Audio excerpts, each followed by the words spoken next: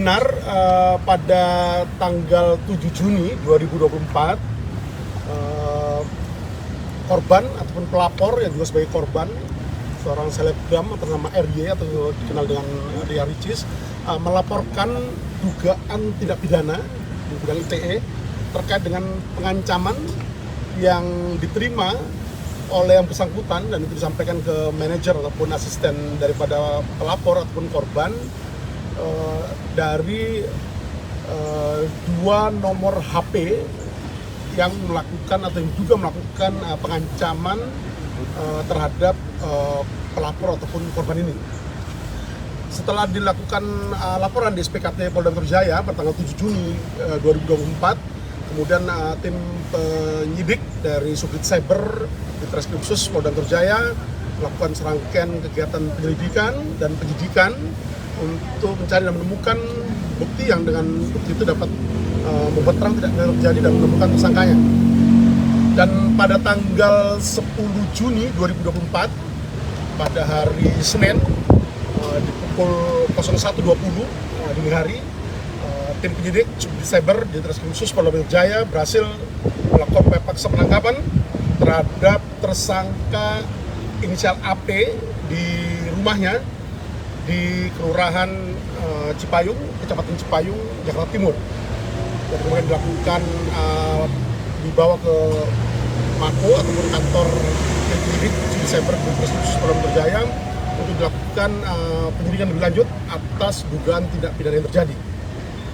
Dan beberapa barang bukti yang berhasil dilakukan penyitaan oleh tim penyidik, diantaranya adalah satu unit handphone merek Oppo A5 warna hitam yang digunakan oleh tersangka AP untuk melakukan pengancaman melalui media elektronik dengan satu unit SIM cardnya, kemudian satu buah SIM card juga. Jadi untuk tersangka AP ini melakukan pengancaman melalui dua nomor HP dengan satu unit HP yang digunakan. Kemudian kita juga melakukan penyitaan terhadap 3 akun medsos milik tersangka AP atau yang dibuat oleh tersangka AP, baik itu akun IG dengan nama pengguna @moanalisius, kemudian akun Twitter dengan nama pengguna How About Mesis, kemudian akun TikTok dengan nama pengguna Reunion 4. Juga kita melakukan penyitaan, tim penyidik melakukan penyitaan terhadap 3 buah akun email, email milik tersangka AP. Adapun pasal yang dipersangkakan terhadap tersangka AP, yang pertama adalah pasal 27B ayat 2 Undang-Undang Nomor 1 Tahun 2024 tentang perubahan kedua atas Undang-Undang Nomor 11 Tahun 2008 tentang informasi dan transaksi elektronik, junto pasal 45 dan atau pasal 30 ayat 2 junto pasal 46 dan atau pasal 32 ayat 1 junto pasal 48 Undang-Undang ITE, di mana untuk pasal 28B adalah terkait dengan setiap orang yang dengan sengaja dan tanpa hak atau melawan hukum mendistribusikan kemudian mentransmisikan informasi ataupun dokumen elektronik yang berisi pengancaman, pengancaman akan pencemaran ataupun membuka rahasia agar korbannya memberikan sesuatu terhadap targetnya. Kemudian pasal 30 ayat 2 terkait dengan peretasan secara ilegal dengan sengaja tanpa hak atau melawan hukum. Dan kemudian pasal 32 ayat 1 ayat 2 terkait dengan tanpa hak, dengan sengaja tanpa hak atau melawan hukum melakukan mengubah, menambahkan ataupun mengurangi ataupun mentransmisikan informasi ataupun dokumen elektronik milik orang lain, seperti itu. Dan terhadap tersangka AP sendiri, pasca dilakukan upaya paksa penangkapan, kemudian dilakukan serangkaian kegiatan pemeriksaan atau permintaan keterangan terhadap tersangka AP, dan pada pukul 20.00 pada hari Senin tanggal 10 Juni 2024 tersangka AP kemudian dilakukan penahanan di rutan Polda Metro Jaya untuk kepentingan penyidikan lebih lanjut.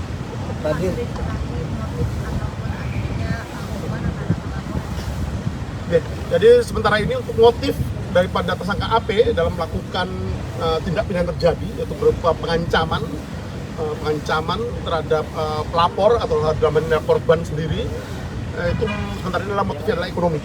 Motifnya adalah ekonomi, di mana untuk tersangka AP ini modus operandi yang dilakukan adalah melakukan akses ilegal, ya, meretas sistem elektronik tadi milik pelapor atau dalam hal ini adalah korbannya sendiri, dan kemudian informasi ataupun dokumen elektronik pribadi milik korbannya ini digunakan untuk melakukan pengancaman elektronik kepada korbannya yang dilakukan itu melalui perantara manajer ataupun asisten korban untuk meminta korbannya memberikan uang sebesar 300 juta rupiah terhadap tersangka. Adapun untuk uang yang diminta oleh tersangka AP terhadap korbannya ini belum sempat diberikan, namun kemudian tersangka ini baru pada batasan mengakses secara ilegal sistem elektronik milik korban ini yang berisi informasi maupun dokumen elektronik milik korban, kemudian diupload di 3 akun medsos milik tersangka AP, baik itu IG maupun Twitter termasuk TikTok. Dan kemudian tersangka melakukan screenshot terhadap 3 akun yang dibuat oleh tersangka AP ini, yang dibuat private, kemudian dikirimkan kepada manajer ataupun asisten daripada pelapor ataupun korban ini untuk melakukan pengancaman terhadap korban untuk memberikan uang sebesar 300 juta rupiah. Dia bekerja sendiri atau tim? Ria Ricis, kenapa Pak? Apakah dia hatersnya Ria Ricis atau emang random? Dia kenal alasan iya Pak, ada hubungan dekat Pak. Sebagai korban, ini penyidikan masih terus berlangsung, rekan-rekan sekalian. Nanti akan kita update perkembangannya. Namun untuk saat ini motif dari tersangka AP untuk melakukan pengancaman ini, peretasan kemudian dijadikan bahan untuk melakukan pengancaman terhadap korban ini, sementara ini motifnya adalah ekonomi. Korbannya apa Pak yang diancamnya Pak? Itu dokumen berupa apa sih Pak? Ya, berupa foto maupun video, ya. Berupa foto ataupun video yang merupakan informasi atau dokumen elektronik pribadi milik saudara RY dalam menilai pelapor ataupun korbannya sendiri atau yang dikenal dengan Ria Ricis. Pak, itu videonya video apa Pak? Video lagi nge-gym atau video apa Pak? Nah, sementara ini baru itu yang bisa kita sampaikan rekan-rekan sekalian. Yang jelas adalah materinya adalah informasi ataupun dokumen elektronik pribadi, ya, milik dari pelapor ataupun korban RY. Pak, itu benar kan apa? berarti yang bersama Pak, background tersangka sendiri apa dia? Dia mahasiswa, bekerja atau sampai bisa Tidak bekerja. Pak, tapi Mahasiswa, benar Pak, ya? Pak, AP itu mantan atau pernah dekat sama si korban ini Pak? Untuk sementara ini tidak bekerja, rekan-rekan sekalian. Nanti kita akan update setiap perkembangan yang didapatkan dari hasil penyidikan yang dilakukan.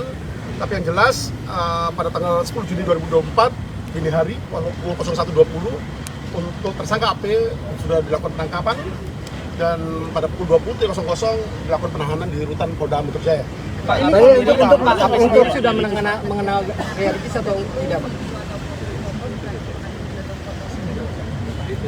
Yang jelas adalah informasi dokumen elektronik pribadi milik pelapor. Tadi itu kan untuk sudah mengenal Ria Ricis atau tidak mengenal? Ya, ini baru dini hari tadi kita lakukan penangkapan, dan saat ini pemeriksaan masih terus dilakukan terhadap tersangka AP. Nanti perkembangan lebih lanjut akan kita sampaikan kepada rekan-rekan berdua. Tadi kan disampaikan tadi atau dini hari kemarin Pak? Dini hari pukul 01.20. Hari Selasa ya Pak ya?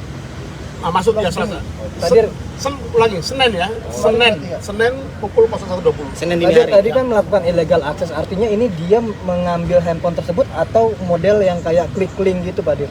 Ya, yang jelas adalah dugaan tindak pidana yang dilakukan oleh tersangka AP ini, yang pertama dilakukan adalah sebagaimana dalam sangkaan pasal 30 ayat 2 Undang-Undang ITE junto pasal 46, melakukan peretasan ataupun mengakses sistem elektronik milik orang lain dan kemudian mengambil informasi ataupun dokumen elektronik milik korbannya. Selanjutnya di pasal 32 ayat 1 Undang-Undang ITE, di sana kemudian tersangka kemudian mentransmisikan informasi dokumen elektronik milik korbannya, dan itu kemudian dijadikan bahan untuk melakukan pengancaman, ya. Pengancaman untuk dengan maksud melakukan pencemaran ataupun dengan maksud membuka rahasia daripada korbannya. Nah, makanya kemudian pasal 28 pasal 27B ayat 2 junto pasal 45 adalah terkait dengan pengancaman dengan cara menyebarkan atau melakukan akses ilegal dan kemudian menjadikan bahan untuk melakukan pengancaman, membuka rahasia ataupun melakukan pencemaran terhadap korbannya.